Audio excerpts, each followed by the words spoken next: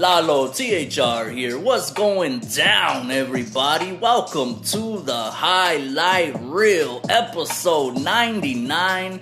Itching ever so closer to that big $1. And I'm super stoked and excited for that. I can't believe this podcast has lasted as long as it has. I mean, I know that I take little breaks here and there and everything, but I'm still keeping at it. I'm keeping this podcast alive, and it's gonna stay alive, baby. We're gonna go all the way to 2030. I hope I make it that far. We'll see. But guys, we're coming off Wrestlemania Night 1. Incredible show. I'm gonna get into that today. I'm also gonna talk about some AEW news that I didn't get to. I did watch Dynamite this past Wednesday, and I'm gonna briefly run through that as well. Also, Jon Moxley claps back at CM Punk after that Instagram story caused a ruckus in the IWC. I'm gonna dissect his response word for word in the later portion of this episode. I'm also gonna resurrect Talkin Boxin yet again because I gotta review the David Benavidez Caleb Plant fight that went down. Man, David Benavidez, I already said it. You already know it. He's a monster. He's ferocious. You know what I mean? This kid he's a beast. If I was a boxer and they told me I'm gonna fight David Benavidez next, I'm gonna say, I need a stimulus check, bro. I need a stimulus check. My health comes first. CM Punk, my health comes first. Oh, man. Let's get into, man, I got so much to talk about. I don't even know where to start. I really don't. We've got a smorgasbord of things to talk about. Let's go ahead and get into Wrestlemania Night 1, guys. I'm gonna briefly go through all of this. I'm also gonna give you my predictions for Wrestlemania Night 2 going down today in just a couple hours, in fact. As of this recording, it's 2:30 in the afternoon here in sunny SoCal, and I am definitely saddened that I could not be attending WrestleMania live. That would have been dope. I you know what? I actually almost bought tickets to WrestleMania. I almost did. The only reason I didn't is because I didn't want to go by myself. Because I don't have any friends that like wrestling, and my old lady, she took a trip to Washington, D.C., so that's the only reason I didn't buy tickets. I almost did. Like, I had my finger on the checkout button. It was only like $690 for the seats that I wanted. They were good seats too. I was on SeatGeek, and I almost bought the tickets. But like I said, I didn't want to go alone, man. That's something you want to share, you know, into the experience with. You know, it's so much funner when you go with somebody, and you know, I just couldn't, you know. I don't know, man. It'd just be awkward as hell, you know, trying to talk to the people next to me. I don't know how that would have played out. But having said that, having watched Night 1, I really wish I would have pulled the trigger and went, man. It was a spectacular night. And let's go ahead and get into it. The show opened with Austin Theory defeating John Cena. And I was very surprised to see this as the opening bout. This was a highly anticipated bout. Obviously, John Cena, a legend in the game. Some call him the greatest of all time, Michael Cole. I gotta say, John Cena's entrance in this match, man, bringing out the Make-A-Wish kids, this was touching. I did not think that WrestleMania would have me tearing up, not once, but twice during Rey Mysterio's entrance, which we'll get to later on. But this was another entrance that had me kind of tearing up a little bit. Very stand-up dude is John Cena. And you know, speaking of tearing up, it was also, quite frankly, kind of sad for me to see John Cena looking the way he looks now. Like, his age is really beginning to show. I didn't notice it before, but this match was real evident that John Cena he's getting old, man. He's not a spring chicken no more. And it's just crazy because, you know, I watched this dude all the way back in 2002. I mean, I seen him before he was John Cena, when he was called the Prototype in OVW. And then I seen him debut in 2002, you know, slapping Kurt Angle, the slap heard around the world. Ruthless aggression. You know what I'm saying? And now, fast forward, you know, all the way to now, and John Cena, he's balding. He's got a bald spot in his head, you know. His skin super pale. He didn't even have a tan or nothing. He still moves good though. He still looks good in as far as the performance of his movement and his in-ring performance. It's still good. It's still smooth. But just aesthetically, seeing John Cena like that is a trip, man. It makes me feel like I'm ready to retire, bro. But big ups to Austin Theory, but it is a questionable victory. He did not win clean. He won via shenanigans with the referee bump, the old proverbial referee bump trope, as the ref was knocked out and John Cena would make Theory tap out to the STF, formerly known as the STFU. And of course, John Cena, you know, gets up, he looks at the referee like, hey, what's up, man? I just made this guy tap out. And Theory would capitalize by hitting the, whatever the hell his move is called, A downtown, A town down, whatever. But Theory is, you know, he's the next box office attraction that they're trying to build, and he's a good-looking kid, and he's a very good athlete as well. But do I see Theory as to being the successor to a John Cena, to a Roman Reigns? I don't, to be quite honest. I really don't. And I don't know, maybe this kid just has to grow on me. But when I seen John Cena and Roman Reigns for the first time, I knew right away that those guys were, you know, gonna be the big box office attractions for years to come and hold the company, be the face of the company. But I don't necessarily see that in Austin Theory as of right now. Again, maybe he needs to grow on me. Maybe he needs, you know, I think a manager would be good for Austin Theory. I mean, not that he needs a mouthpiece, but like if a hot chick could come out with him to the ring, I think that would add to his presentation. Like if a real hot chick could come out with him, you know what I mean? And like, I don't know, touch his body and you know, really try to put him over the top, you know, kind of like I want to say kind of like a Sammy Guevara, Ty Mello type of situation, you know, where, I mean, I don't know if this kid, Austin Theory, is dating anybody. I'm sure he is, but I would bring a woman out with him, a valet, like old school style, you know what I'm saying? That could be a good heater for him, and also, you know, just make you dislike him more. Because, you know, he's a good-looking guy. He's got the hot chick with him. I think that would add to his presentation. I'm probably not articulating this well at all, but that's my opinion. Something's missing with this kid, is all I'm saying. And I don't know what that is. I'm just making the suggestion that maybe a chick, a valet, could come out with him to get him some more heat. I don't know. But something is just missing with Austin Theory at the moment. But he did defeat John Cena with shenanigans. Let's move on. The Street Profits, they have a coming out party going over the Alpha Academy, Braun Strowman, Ricochet, and the Viking Raiders. And you know, guys, I feel like Montez Ford, he's ready. Montez Ford is ready. This guy should not be tagging with Angelo Dawkins anymore. He needs to kick that dude to the side. I'm sorry, I got love for Angelo Dawkins, but Montez Ford, you know, they're trying to put over Austin Theory as the next potential big face of the company type, you know, big box office attraction type.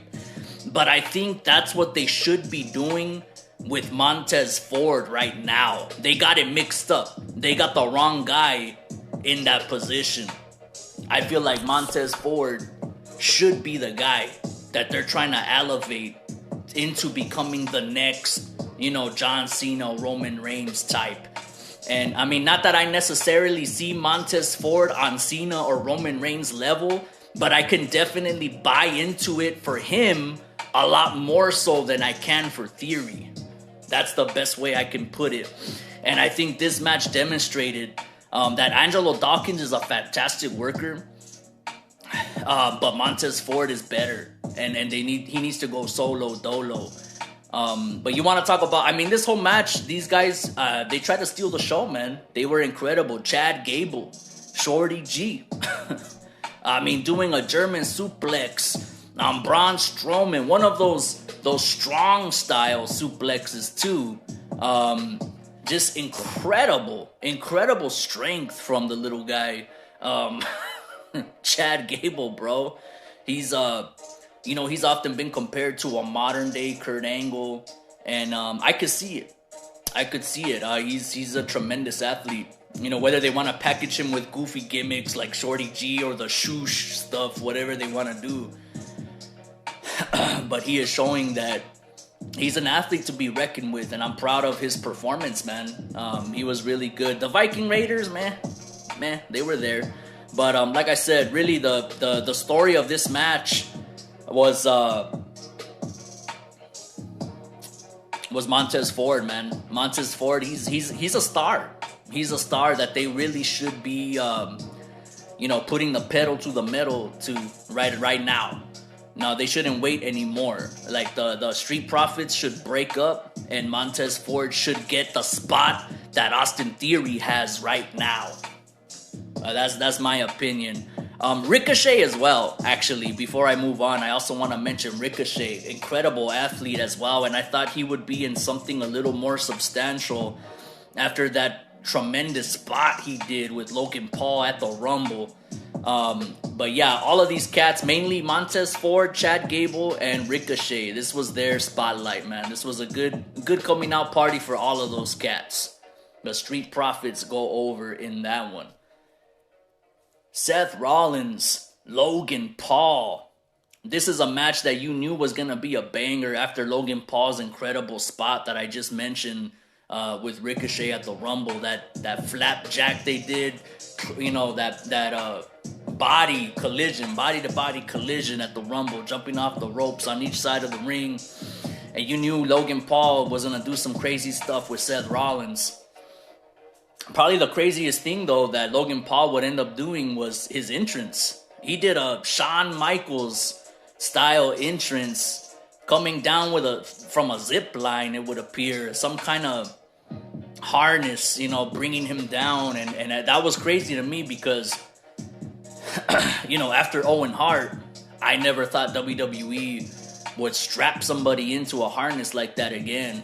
You know what I mean? And do an entrance like that. That's why I was kind of like, I was kind of cringing, like, come on, man. I don't want nobody in WWE to have entrances like that. But he did it. And Logan Paul, he had like a microphone headset. He was talking shit to the crowd. Just great stuff, man. Logan Paul is really, this is the kind of guy that comes once a generation, where kind of like a Kurt Angle, kind of like a Lesnar, where he is just a natural at this business, even though he wasn't, like, this is a guy who didn't go to school. He didn't go to wrestling school to become a pro wrestler. I mean, I don't know if he was a fan or not as a kid watching wrestling, but, he didn't train for this. He didn't aspire to be a wrestler, and he's already one of the best performers on the whole roster.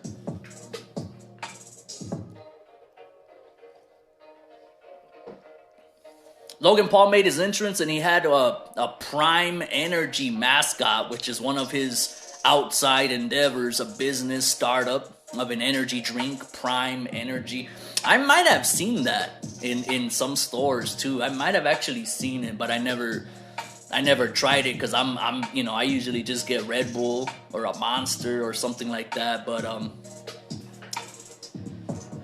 I trip out on those energy drinks, those Bang energy drinks, and others like it, where they say that it don't have no sugar, but they're like the sweetest like they're more sweeter than Monster and Red Bull. And it says no sugar on it. But anyway, I digress. Logan Paul, Seth Rollins, they tore it up, man. What do you want me to say? Everybody knew this match was gonna be tremendous.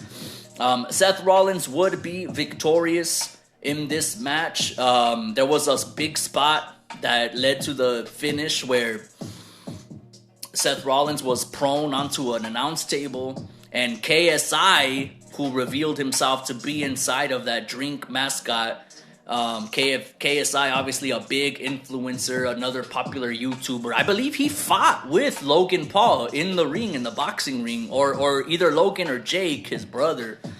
But KSI was feuding with the Paul brothers in the boxing ring for a little bit, you know. But they were just trying to chase that bread, you know what I'm saying? They were trying to make that money. But KSI, you know, it remains to be seen what kind of role he has in the careers of the Paul brothers, and perhaps in the wrestling ring if he, you know, decides to make something happen. But in this match here, he was just in that mascot costume trying to cause shenanigans, and then Seth Rollins would pull him onto the table right before Logan Paul jumps for that big body splash. And of course, Logan Paul smashes onto KSI on the table. Picture perfect, beautiful spot. And you love to see it. That's a highlight right there for the highlight reel that they can run back for other WrestleManias. I could see that already being part of the video packages. Just a beautiful body splash onto the Prime Energy Drink mascot, KSI. Seth Rollins goes over. Becky Lynch, Lita, and Trish Stratus go over the Damage Control. Guys, this was my bathroom break match. I gotta be honest. You know, I didn't literally go to the bathroom, but I did other things during this match. This was just, it had no heat, it had no build, and this match didn't interest me. I really wanted to like the Damage Control faction. You know, but it's been a dud. It really has. And Bayley and Dakota Kai, Io Sky, they're great talents, but this Damage Control thing just hasn't worked out. Trish Stratus and Lita had no business coming back to WWE. And I never been a fan of Becky Lynch. Never, ever, ever. Whether as a babyface, whether as a heel, Little Red Riding Hood just doesn't appeal to me. So this was a skipped match. But you want to talk about matches that do appeal to me. Rey Mysterio. Dominic Mysterio. Father versus son on the grandest stage. This is already history. No matter who won, no matter what transpired, this is already history right here. You know what I mean? They could have closed the show with this match because this is already history. I'm pretty sure. I mean, anybody in the comment section, feel free to correct me if there's ever been a father versus son match at WrestleMania. or even on Raw or SmackDown for that matter, on any kind of wrestling show. I've never seen this before. This is tremendous, man. And before I even get into the match, which I'm only going to run down briefly, I'm trying to get through this real quick, guys. Want to make this a shorter episode. Conan's induction of Rey Mysterio, his speech when inducting Rey Mysterio into the Hall of Fame, bro. Chills, bro. Chills. You know, Conan is such an underrated mind for this business. That's why I was hyping it up. You know, in previous episodes, I have a clip on YouTube of me just talking about Rey Mysterio's induction. It's a short clip, like 2-3 minutes long, but, you know, I put over Conan heavy in that episode, in that clip. I even said it, like, I'm more excited to see Conan induct Rey Mysterio into the Hall of Fame than I am for the actual show. And the reason I said that is because I was trying to emphasize to you guys how special Conan is. A lot of people don't realize it. A lot of people, because nobody has ever given Conan his just dues. This dude's a freaking legend in the business, a booker, a promoter, a wrestler. And he don't get no credit because the majority of his notoriety, of his respect, comes from Mexico and the Lucha Libre promotions, AAA, The Crash, etc. And you know, he's such an underrated mind. Like, he's just such an intelligent guy. If you listen to his podcast, the ideas he comes up with, his booking of things, his booking philosophy, everything. This dude is just such an underrated mind. And the fact that WWE never bothered to sign him, it's a huge loss for them, because he really could have developed. You know, for the longest time, WWE has been searching for the next Eddie Guerrero, right? The next big Hispanic star that's gonna carry them, you know, like Eddie did and like Rey Mysterio did. And they have yet to find that person. They tried with they tried with Sin Cara, that failed. Then they gave Sin Cara's gimmick to Hunico, and that didn't work. They tried something with Legado del Fantasma. He's still like a new booty in the game in WWE anyway. This dude has a plethora of experience, but they've tried a lot of different things, man. And I guarantee you, if Conan was a part of WWE creative, he would have been honing the next era of Latino wrestling excellence, Mexican excellence in professional wrestling in WWE. He would have been honing it, dog. There'd be like 3 different big Latino superstars that are drawing right now in WWE. If WWE had signed Conan back in 2001, you know, after WCW folded, I don't know what the story is of why they never brought Conan in, or if they signed him and quickly let him go. I don't know. But the bottom line is that Conan is an underrated mind for the business, extremely intelligent dude. And you got a taste of that with his speech inducting Rey Mysterio into the Hall. And I just got the chills, man, because I remember them, the Filthy Animals, the LWO, you know, K-Dog, WCW, you know, and Rey Mysterio being unmasked.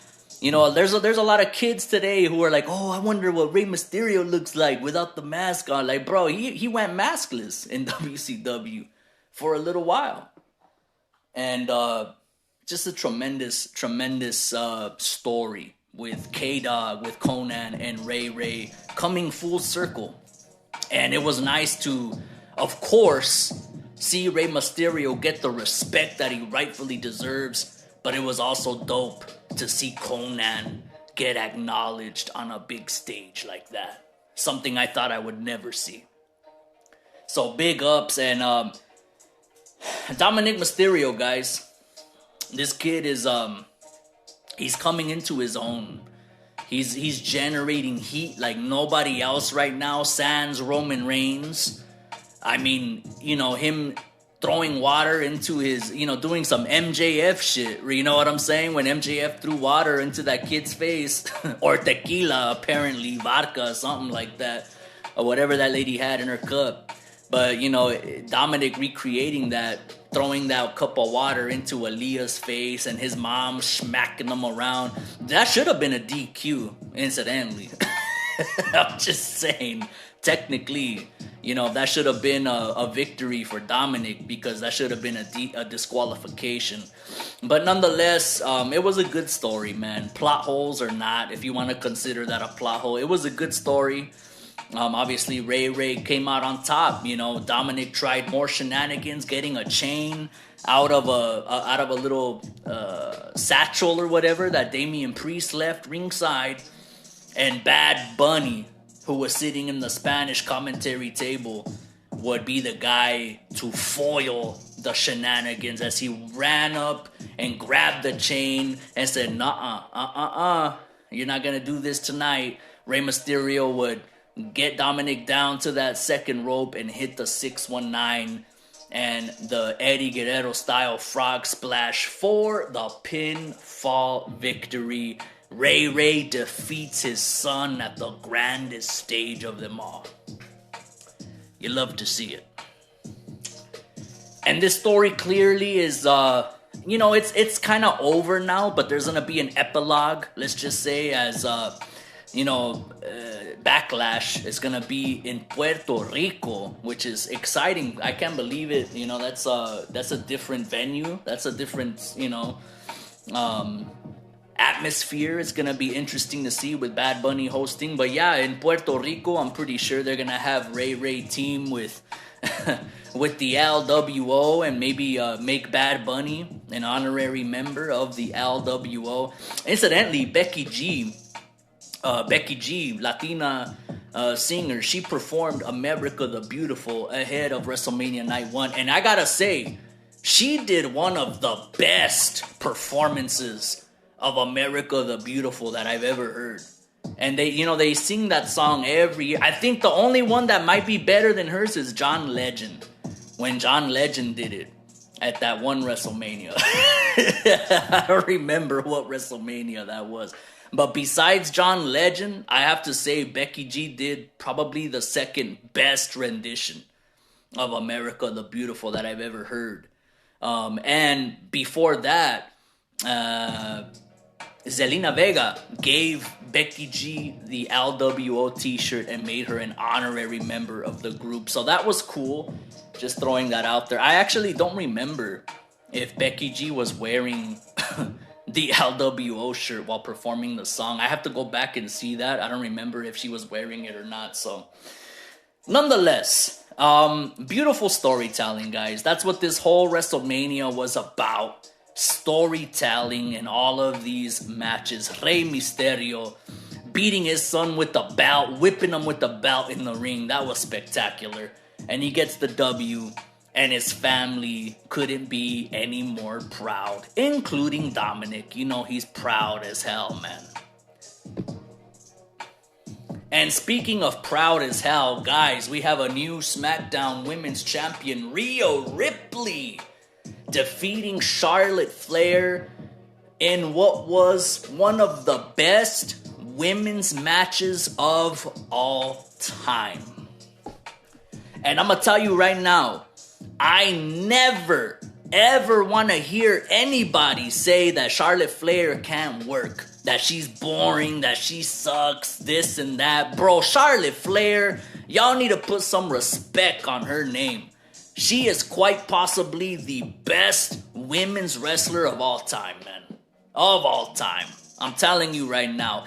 If you can name me a better women's wrestling match than Rhea Ripley and Charlotte Flair, please let me know in the comment section down below. For the listeners that are listening on YouTube, if you're listening via Spotify, go to my YouTube channel and tell me any women's match that's better than what Charlotte and Rhea Ripley did last night.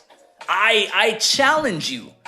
I challenge you to tell me, link me to a better women's match than Charlotte Flair versus Rhea Ripley. That was tremendous. No. Tremendous ain't even the word. That was phenomenal. Phenomenal.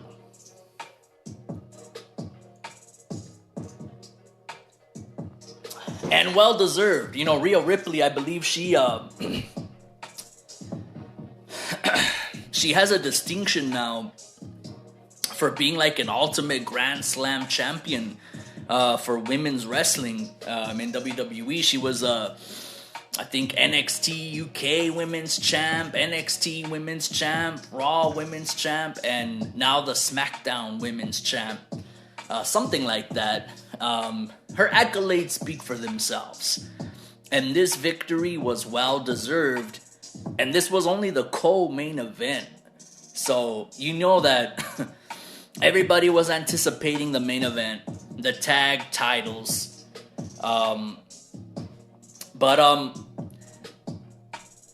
Those tag titles, that match got me kind of teared up with the whole Sami Zayn thing. And speaking of teared up, I just remembered right now, I forgot to mention this in the Rey Mysterio Dominic Mysterio match. I completely forgot. Rey Mysterio's entrance, dog, with the dog, with the dog father, Snoop Dogg, coming out to Ain't Nothing But a G Thing, and then transitioning into Eddie Guerrero's Viva la Raza classic theme song. And then transitioning into Ray Ray's Booyaka 619 theme song. Oh my God. I couldn't believe how many times this WrestleMania had me like tearing up a little bit. It was too much, man. I couldn't believe it. The last time WrestleMania had me tearing up was probably Bianca Belair and Sasha Banks. You know, when they main evented that night one of WrestleMania, I want to say 37 or 38. It couldn't have been. Was it last year where they did that? I don't know, but that one WrestleMania where Sasha Banks and Bianca Belair were main event, and Bianca was just crying, bro, because they knew they were making history. They knew what they were doing. You know what I mean? That was a historic moment. You know, two black women main eventing the grandest stage of all. I mean, it don't get no bigger than that. And that that had me choking. I'm getting choked up right now just thinking about that moment. But then this WrestleMania with John Cena bringing the Make-A-Wish kids in his entrance, and then Rey Mysterio paying tribute to Eddie Guerrero. You even seen him in the Titantron, bro. Eddie Guerrero's theme song hit, and then you saw Eddie in the Titantron, his old school video package. Man, I wish I was there, bro. I should have just bought the ticket and went. I shouldn't have been a pussy, man. I should have just bought the ticket and went to see WrestleMania live by myself. Who cares, man? I should have went. I really should have, because I'm never going to get to see Eddie Guerrero live, and that would have been the closest thing where I could have at least heard his theme song and seen the Low Rider and seen the video package in the Titantron. Eddie Guerrero, Latino Heat. God, man, what a missed opportunity. Yet again, it happened yet again. I could have went all those years ago at the Staples Center in 2005. I didn't go. They come back fucking 20-something years later or whatever, or almost 20 years later, and I still don't go.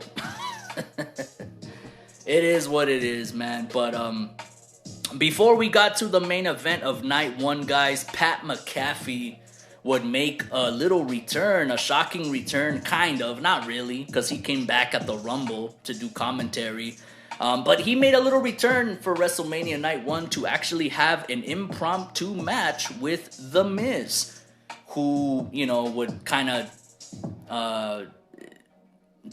reject it and say, hey, this match isn't official. I can't make matches. I'm the host, but I can't make matches. Snoop Dogg, the Godfather, made it official. And of course, Pat McAfee goes over, putting the whooping to The Miz in a like an intermission type of match. You know what I mean? This was like an intermission so people could go to concessions, go to the bathroom before the main event.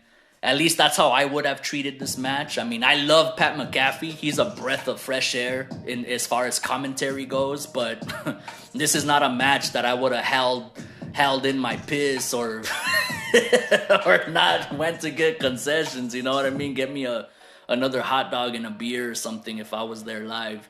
I wish I would have been there, man. I could have. That's what kills me. But nonetheless, the main event, ladies and gentlemen, Kevin Owens, Sami Zayn, they are now the brand new, undisputed tag team champs, defeating the Usos, who will undoubtedly go down as one of the greatest tag teams of all time. The Usos will.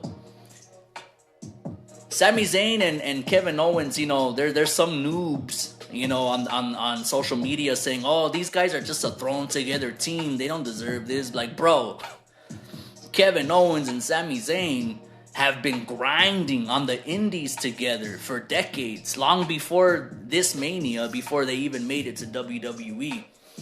So this was a very special night for Sami Zayn and Kevin Owens. And you've seen their fan bams ringside crying, man.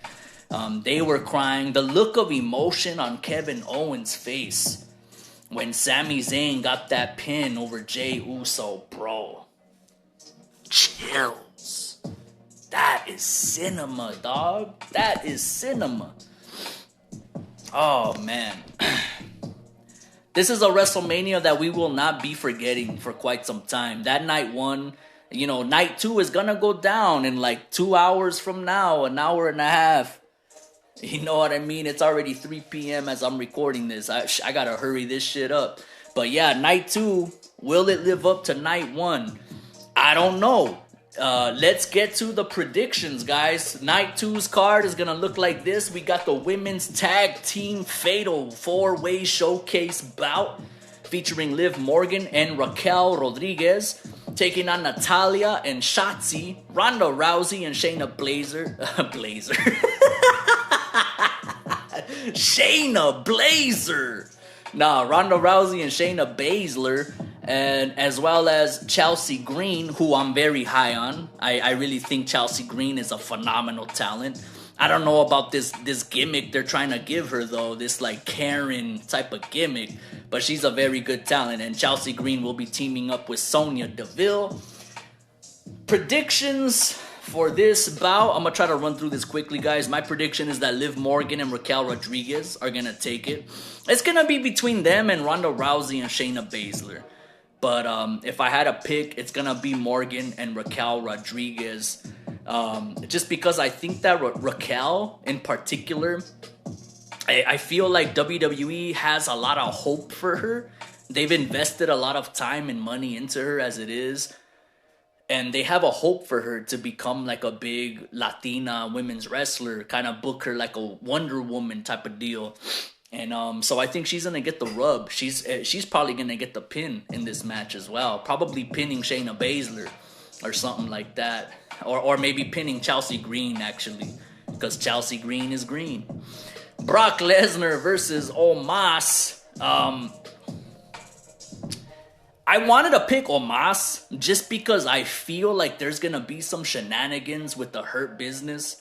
I feel like the Hurt Business is going to realign, and perhaps it'll be like a new version of the Hurt Business with Omos in it, which is fucking lame, but whatever.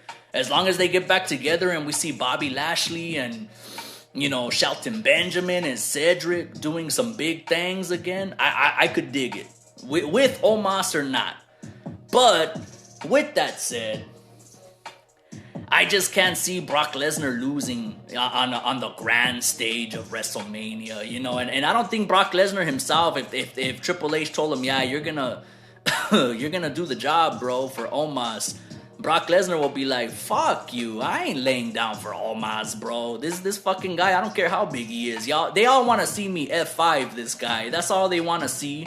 That's all Vince McMahon wants to see when he booked this match. So, I'm going to go with Brock Lesnar, and it will be spectacular to see Lesnar F5 Omos. You want to talk about spectacular? The triple threat for the WWE Intercontinental Championship. It has never felt this important, guys, in a long time. Sheamus, Drew McIntyre, and the champ Gunther.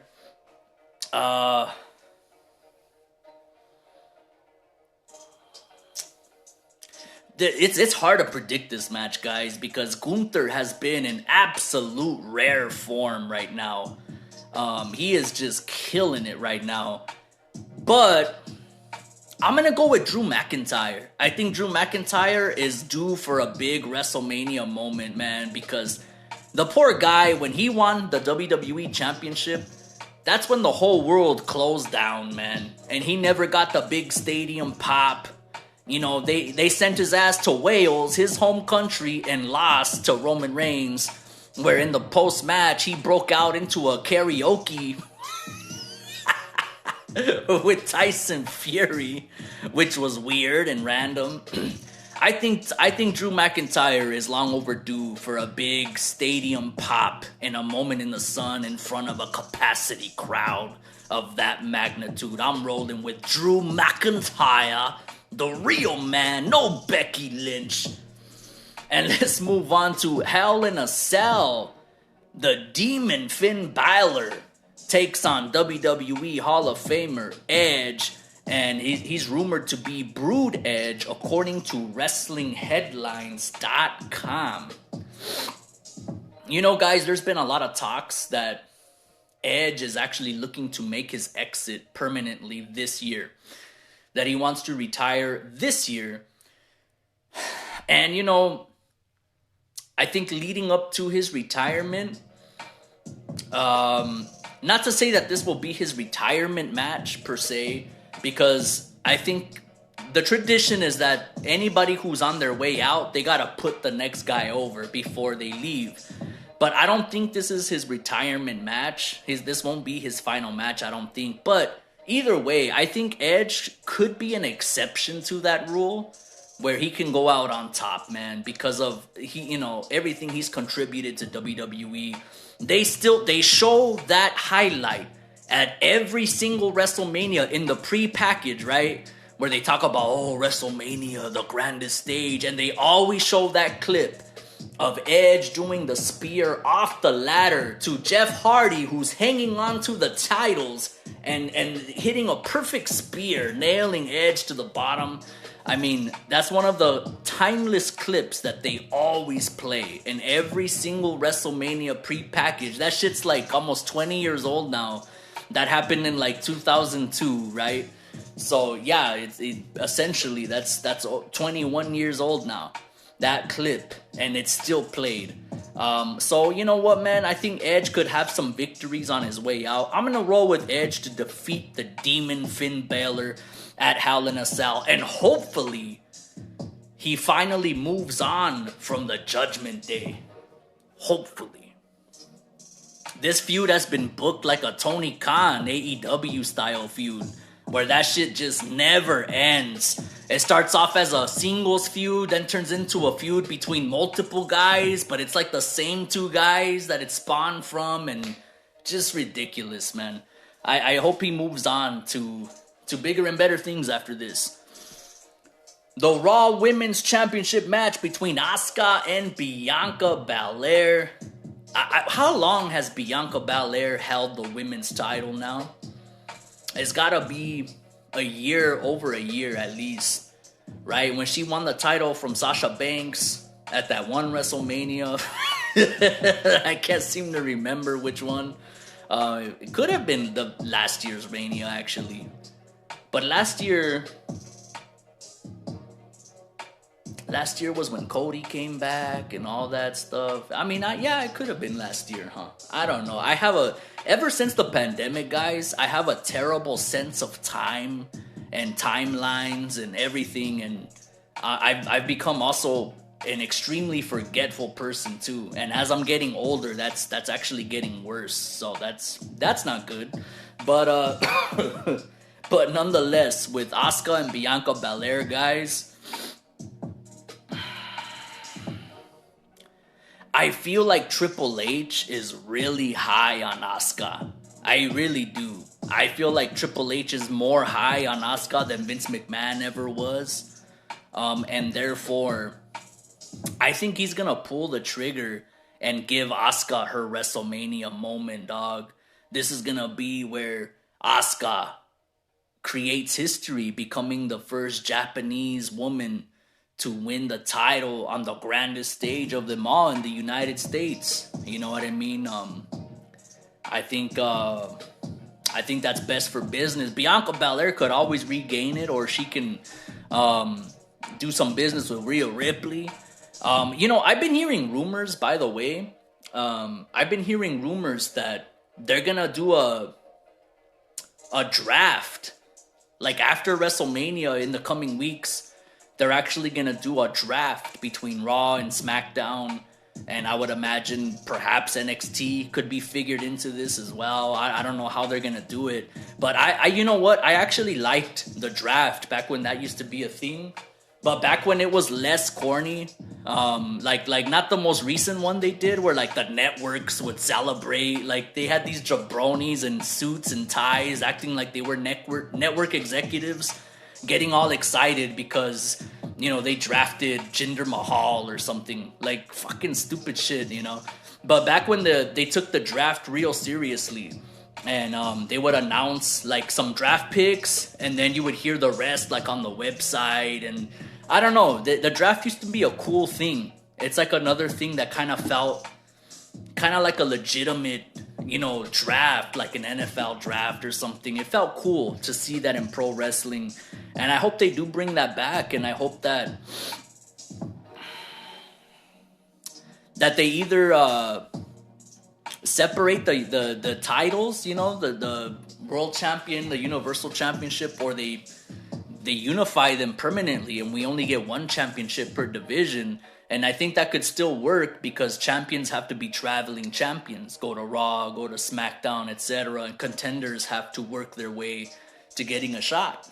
I think it could work, but either way, Asuka, I'm rolling with Asuka. Now, as far as Cody Rhodes challenging Roman Reigns for the undisputed WWE Universal title match, guys, this is very difficult.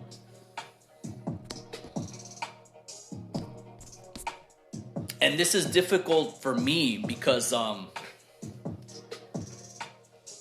as much as I like Cody, and I do, I'm one of the few people that still supported him in AEW when he was coming out and getting booed and stuff. I really thought he was being a heel the whole time, and that was a heel tactic. The fact that the people wanted to see him turn heel, but he was still coming out acting like a babyface. I felt like that was like him being a heel, you know? That's what I thought.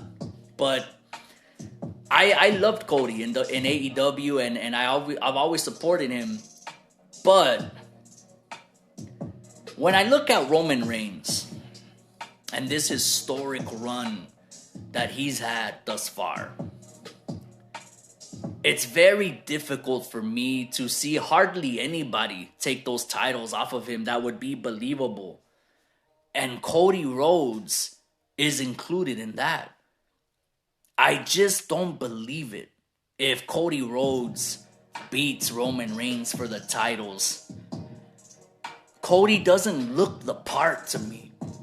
And I hate to say that, but that's how I feel. He doesn't look the part to me as the killer, the stone cold killer who could take the straps off of Roman Reigns and give him a run for his money. I can't see Cody in that position. I just can't. You know, Cody, he's a classy dude rolling around in them tuxedos, and he's got the crazy timepiece on his wrist. Probably cost the same amount as my rent per month. I mean, you know, he's looking fly, but he don't look like a killer, bro. He don't look like a killer. The guy that takes the titles off of Roman Reigns needs to have that killer instinct look about him, like a Brock Lesnar. Now, I'm not suggesting that Brock Lesnar should take the titles off Roman, because we've seen that movie already. You know, the Brock Lesnar Roman Reigns saga. That shit is like the Star Wars saga, bro. That shit, we've seen so many. Episode 1, 4, 5, The Empire Strikes Back. We've already seen that film. I don't want to see that. But Cody Rhodes just doesn't fit that mold, guys. I don't see it. And therefore, I'm going to have to pick Roman Reigns to retain the titles over Cody Rhodes. You know, guys, at this point, in order for Roman Reigns to drop the titles, I think it would have to be in a multi-man match situation at this point. Let's say Roman Reigns versus Cody Rhodes versus so-and-so. You know what I mean? I don't know. Someone else in a triple threat or in a fatal four-way of some sort.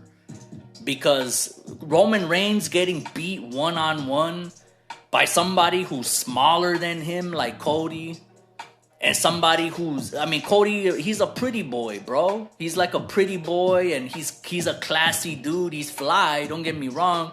But he just doesn't look like, I don't believe in that story of this, you know, classy, preppy, pretty boy style dude coming around, winning the Rumble by coming in at number 30 and then going on to take the straps off of Roman, who's a stone cold killer from Samoa.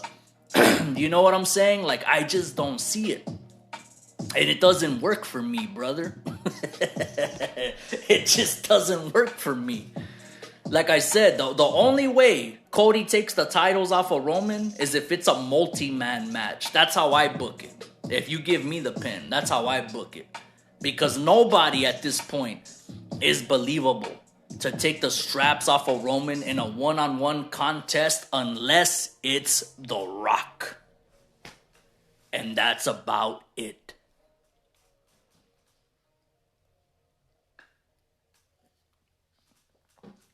So that's my pick, guys, for WrestleMania Night 2. Roman Reigns, in my opinion, will and should retain the undisputed Universal Championship. Heavyweight WWE Champion of the Galaxy, of the Allied, of the Space Alliance, whatever the hell.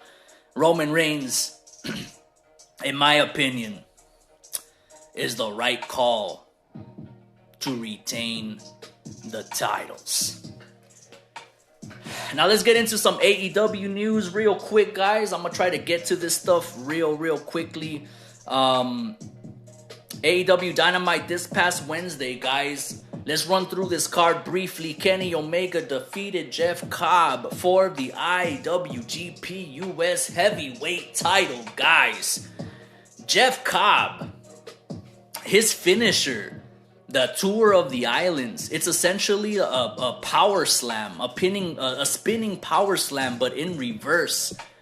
And nobody does it better. That move is spectacular looking, even though it's so simple. But it's like a move that I can't see nobody else but Jeff Cobb do. It's kind of like the F5, actually. Like Brock Lesnar's F5, you know. There have been other wrestlers who have done it. Obviously, Wardlow in AEW, he does it. I think they call it the F20 or some shit, or the F10. I think Matt Morgan, the Blueprint, back in the day in OG TNA Impact, he used to do it. But the F5 only ever fit Brock Lesnar, in my opinion. And that Tour of the Islands finishing maneuver that Jeff Cobb does, that's his version of the F5. I cannot see any other performer do it like him. This was a solid match, but can Kenny Omega have a bad match? Let's be real. Kenny Omega, this dude could have a match with a 9-year-old girl and it'll be a classic. And I think he actually has. The AEW International Championship between Orange Cassidy and The Butcher. This was a stay busy bout for Orange Cassidy. Nothing more, nothing less. Orange Cassidy retains. And I want to correct myself because in previous episodes I called the International Championship the Intercontinental Championship. It's the same damn concept. Come on, man. But yeah, Orange Cassidy retains the International Championship. Dalton Castle and the boys get smashed. They get squashed by the Blackpool Combat Club. This was nothing more than to continue the story of the Blackpool Combat Club's, you know, rise to the top, man. These guys are killers. And, you know, I do want to say this. I was kind of confused at how abruptly the Blackpool Combat Club turned heel. I even compared them to the Outcast. But that was a terrible comparison, now that I think about it. Because you know what? The Blackpool Combat Club are doing the same shit that they were doing when they were baby faces. That they're just doing it now in against baby faces and not against heels. Which is why they pretty much turn heel by proxy, you know, by default. But this is actually a good play. You know, I'm gonna give Tony Khan a break here. I think this is a good play for the Blackpool Combat Club to be bad guys, you know, and try to destroy all the jabronis that they can, because that seemed to be their mission statement to begin with anyway, right? To bring wrestling back, violence back, and to destroy jabronis like Luchasaurus and you know what I mean, and dumb goofy gimmicks like that. So I can dig it, and it'll be interesting to see how far this goes with the Adam Page stuff. Obviously, there's some stories brewing, guys. You know what I mean? And that's what we've been wanting in AEW. So they're trying. Adam Cole, in his return bout after being shelved for quite a while, defeats Daniel Garcia in a very, very solid matchup. Daniel Garcia was the perfect opponent for Adam Cole's return bout. A safe opponent, a responsible opponent. And this was a very good play from TK. Jungle Boy Jack Perry defeats Matt Hardy. Matt Hardy, I think his services would be best suited as a manager or as a backstage personnel, like a producer, a booker, an agent, a writer. I think Matt Hardy, his time as a performer is past him, and I think that's how it should be. I don't think he should be performing anymore in the ring. But this was it was a passable match, a serviceable match, let's say. And this is to continue to put over Jack Perry as he goes up against MJF along with the other pillars, you know, in the build to Double or Nothing. Darby Allin, Sammy Guevara, Jungle Boy, MJF, the four pillars of All Elite Wrestling. And it's exciting to see how this plays out, because I don't see MJF dropping that title anytime soon. He's going to have a Roman Reigns level title reign. So we'll have to wait and see. And finally, Ruby Soho defeated Willow Nightingale. And this is another match that's supposed to serve as a story that AEW is developing. That's been a big talking point, right? AEW doesn't have stories, blah, blah, blah. Well, this match is another storyline build between the Outcasts and AEW Originals. And this was a decent show, guys. I'm not going to say this was a bad show, but I'm not going to say this show was great either. This was a very decent, solid show. I'd give it an Orange Cassidy style thumb up. Decent show. Not great, but not bad. And let's go ahead and preview the AEW Dynamite going down this Wednesday, the first Dynamite of April. We got a pretty stacked show set for Long Island, New York, the home turf of one Maxwell Jacob Friedman. This is the updated card per WrestlingHeadlines.com. We got the AEW Women's World Champion Jamie Hayter as she defends against Riho. Jamie Hayter's gonna take that. Careers versus titles. AEW World Tag Champs, the Guns, defend against FTR, who must leave AEW if they fail to win the titles. Oh man, I'm about to run out of time in my recording. I'm gonna go with FTR. I feel like even if FTR were gonna leave AEW, like they did not come to an agreement, I don't think AEW would do them like that. You know what I mean? To be like, all right, well, if you're not going to resign, well, we're going to have your careers get ended on live TV by the Guns, if that's what y'all want. You know what I'm saying? So I think they reconciled, and I think FTR signed a new deal with AEW, and they're going to win the titles to the Guns. Commander versus Sammy Guevara. Sammy Guevara is going to take that. It's going to be a high spot city type of matchup. The Acclaimed will decide if they want to join the Jericho Appreciation Society. AEW World Champ MJF will celebrate MJF Day in his home turf. We will hear from the Blackpool Combat Club, Juice Robinson versus Ricky Starks. Ricky Starks, absolute. Tony Khan will make an important announcement. I now own WWE. Now, April Fools, guys. April Fools. I just wanted to deliver a sweet April Fools joke. Y'all enjoy the rest of the show. Nah, man, there's been speculation that his important announcement could be the return of the Owen Hart Foundation tournament. It could be the signing of Kota Ibushi or something. It could be anything. It could be the video game. Maybe we finally get a release date on Fight Forever. Who knows? The AEW World Trios Champions House of Black defend against the Best Friends. House of Black, they will retain for sure. W Champion Hook defends against Ethan Page, and this should be a victory for Hook. Although I will say, you know, the Firm faction with Ethan Page, Stokely Hathaway leading the fray, Big Bill. No, ain't nobody gonna take Big Bill seriously.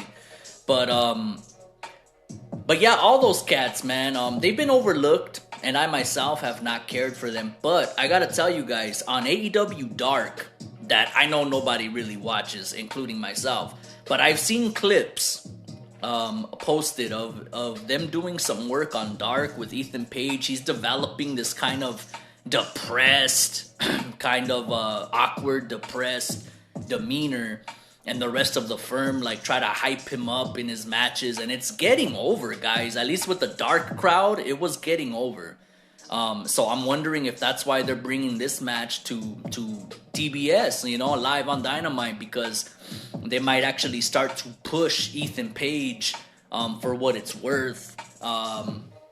I always thought that he should have been pushed instead of Scorpio Sky when Scorpio Sky had his little TNT title run push. But nonetheless, I'm predicting Hook will retain the FTW title, which is not even an official title. But it would not surprise me if Ethan Page ended up taking it by hook or crook, because I could see them trying to capitalize on the little bit of heat they've been generating on AEW Dark. You know, but we'll see. We'll see if Tony Khan, you know, does what's right. But before I get out of here, guys, you know what? I was going to talk about Jon Moxley clapping back at CM Punk for his AEW tirade story, but I'm actually going to address that in the next video upload, which will be Wrestlemania Night 2 review. I'll address that in that episode. For this one, the last thing I want to talk to you guys before I dip, because the show's going to start in an hour and a half as of this recording. Talkin Boxin.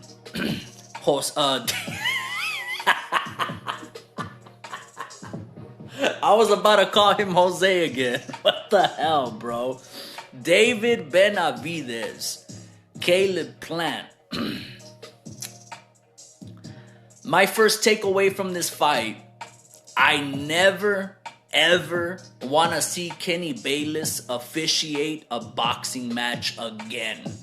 I never want to see it again. He's on Joe Cortez level of notorious, you know, infamous. Just terrible referee, man. He ruined this fight 110%. Now, the right man won. You know, David Benavidez, he couldn't get the knockout because he was essentially fighting two guys in that ring.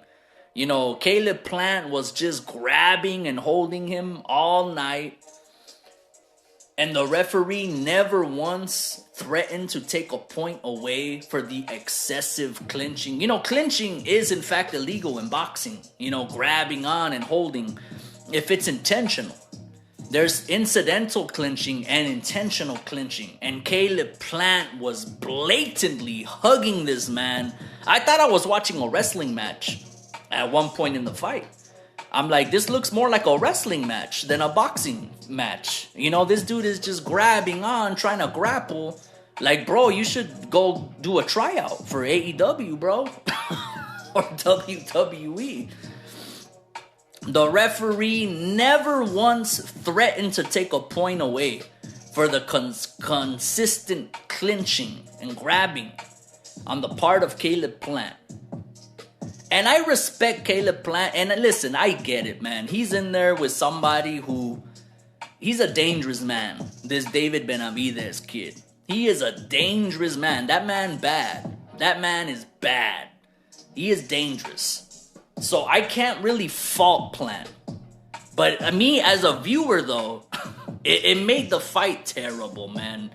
It was insufferable. And, you know, there's no doubt in my mind that if it wasn't for Kenny Bayless, David Benavidez would have knocked out Caleb Plant. And he almost did in one part of the fight. I don't remember what round it is, When David Benavidez was coming on strong, Caleb Plant was beginning to fold. And then Kenny Bayless inexplicably stopped the action so that he can have the doctors take a look at Caleb Plant. Oh man. There might have been a clash of heads or something along those lines, but you don't ever stop the action like that. This man was about to be out. He was about to be out. And Kenny Bayless stopped the action, put a timeout to have the doctors take a look at Caleb Plant. Absolutely disgusting. I've never seen something like that before. In all the years that I've been watching fights, I've been a boxing fan since I was a little kid. When my parents ordered that De La Hoya Julio Cesar Chavez pay-per-view. That was the biggest pay-per-view of all time for us in our community. You feel me? That was our Rumble in the Jungle. That was our Thriller in Manila. When we saw De La Hoya Chavez, those fights, I've been a boxing fan ever since. So that's like 1999, dog. Like that's like the late 90s. I've been watching boxing. And I have never seen a referee stop the action when a guy looks like he's about to get knocked out. Like, stop it. Like, hey, wait, time out. And have the doctor look at Caleb Plant. That was despicable. I couldn't believe that. And there is no doubt in my mind that David Benavidez would have knocked his ass out if it wasn't for Kenny Bayless. And I'm not just talking about that moment either, but I'm talking about if there was actually a competent, just referee who was saying, hey, if you keep holding, I'm going to take a point away. If you hold one more time, I'm going to take a point away. That would have propelled the fight to be a fight and not a grappling contest. Because if a referee is threatening you to take some points off and you're relying on the point system because you know you can't knock this man out, there would have been a fight. And David would have knocked his ass out. But that didn't happen. So my prediction didn't come to fruition. But with that said, all you gotta do is look at Caleb Plant's face at the end of the night. And you know what? I'm happy that they squashed the beef. I'm happy they were able to squash the beef and bury the hatchet. You seen them hug at the end of the fight, even though Benavidez had like some unnecessary hostility towards Plant, you know, him and his pops in particular, but they were able to bury the hatchet at the end of the fight. So I'm happy to see that. That's what you want to see in boxing. You know what I mean? You don't want to see people have low class, man. That's what you want to see. So you love to see it. And it remains to be seen what happens in the future for Benavidez and Plant. Obviously, David's been calling out Canelo. And he's been calling out Canelo for ages now. And Canelo's excuse for not fighting David Benavidez was always, oh, well, you need to prove to me that you deserve a fight. I'm not going to just give him a fight just because he's asking for it. He's got to beat somebody. Well, here we are. David whooped on Plant. And, you know, there's a lot of opinions running rampant that, hey, you know, Canelo knocked out Caleb Plant. And David Benavidez got a unanimous decision over Caleb Plant. But I'm going to tell you something right now. And I'm not even going to mention the stupid-ass referee again. I'm done with him. Kenny Bayless is irrelevant. Fuck that guy. I'm not even going to mention him again. I'm going to tell you this. Go back and watch Caleb Plant versus Canelo. And I want you to see Caleb Plant's face after the Canelo fight. And compare that picture to Caleb Plant's face after the Benavidez fight. And what you're going to see, you're going to see somebody who got busted the fuck up after the David Benavidez fight. You know, Canelo, you know, he broke Caleb Plant down. And yeah, he knocked him out, hit him in the body. But Caleb Plant's face wasn't marked up. Nowhere near the way it was for David Benavidez. So the point that I'm making, what I'm getting at, is that yes, Canelo knocked out Caleb Plant and David Benavidez did not. He got a decision win. But I promise you, I would be willing to bet you my entire bank balance right now that Caleb Plant, he got hurt. He got hurt worse from the David fight than he did from the Canelo fight. I promise you. Because he looked more fucked up. He was all busted up. His eye was closed. He just looked all jacked up. And the Canelo fight, he was relatively unscathed, bro. He was marked up, but not like the way he was after the Benavidez bout. I don't know. I would have to see a side-by-side comparison on his corpse after the Benavidez fight versus after the Canelo fight. Now, does that mean that I'm trying to say that David Benavidez would beat Canelo? That's something that I've been thinking about, and I can't make up my mind, honestly, on who would win a potential showdown between Benavidez and Canelo. I cannot make up my mind. I really can't. Because I could see a bunch of different scenarios playing out. You know, it's like how Caleb Plant was outboxing Canelo and David Benavidez in the early portion of the fight. And Benavidez would get ever so closer after each round progressed. The question is, will Benavidez get ever so closer to Canelo as the rounds progress? It's pertinent to note that Canelo has always struggled with stamina. That's been a hindrance to Canelo, and he's gotten better with that. He's gotten a lot better in that department. But a fighter like David Benavidez, he's exhausting. He's exhausting, man. And over the course of a 12-round fight, do I think Canelo could fend off a David Benavidez? I think only if he makes a concerted effort to assault that body. But giving a man of Benavidez' stature and ferociousness body shots is a threat. It's a risk. It's a big risk because you leave yourself open to those tremendous uppercuts that man throws better than anybody else in the game right now.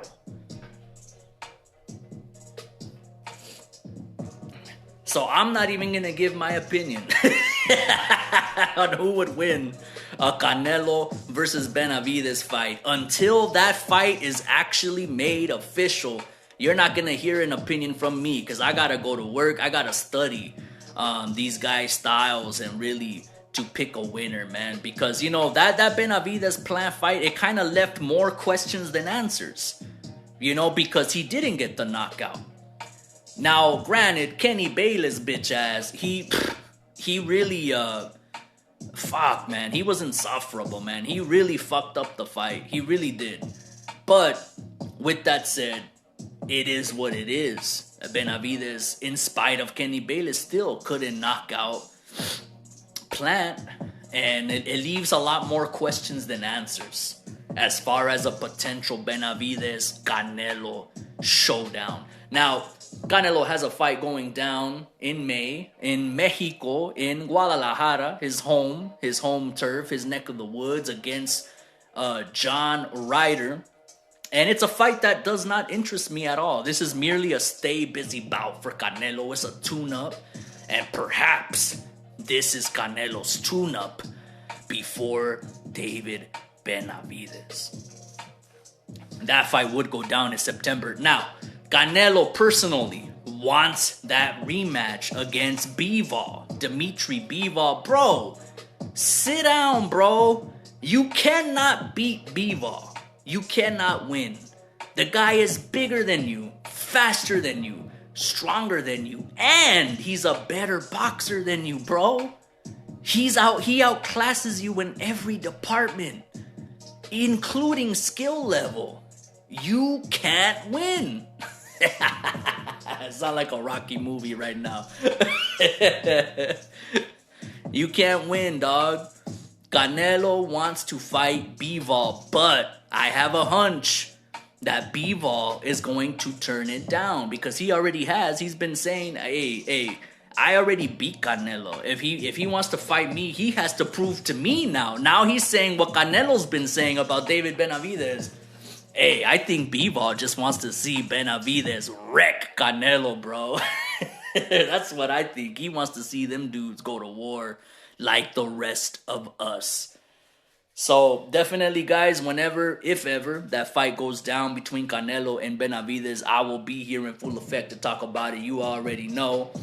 But Wrestlemania Night 2 is about to pop off. The pre-show, at least, coming at 4 p.m. here in SoCal, Pacific.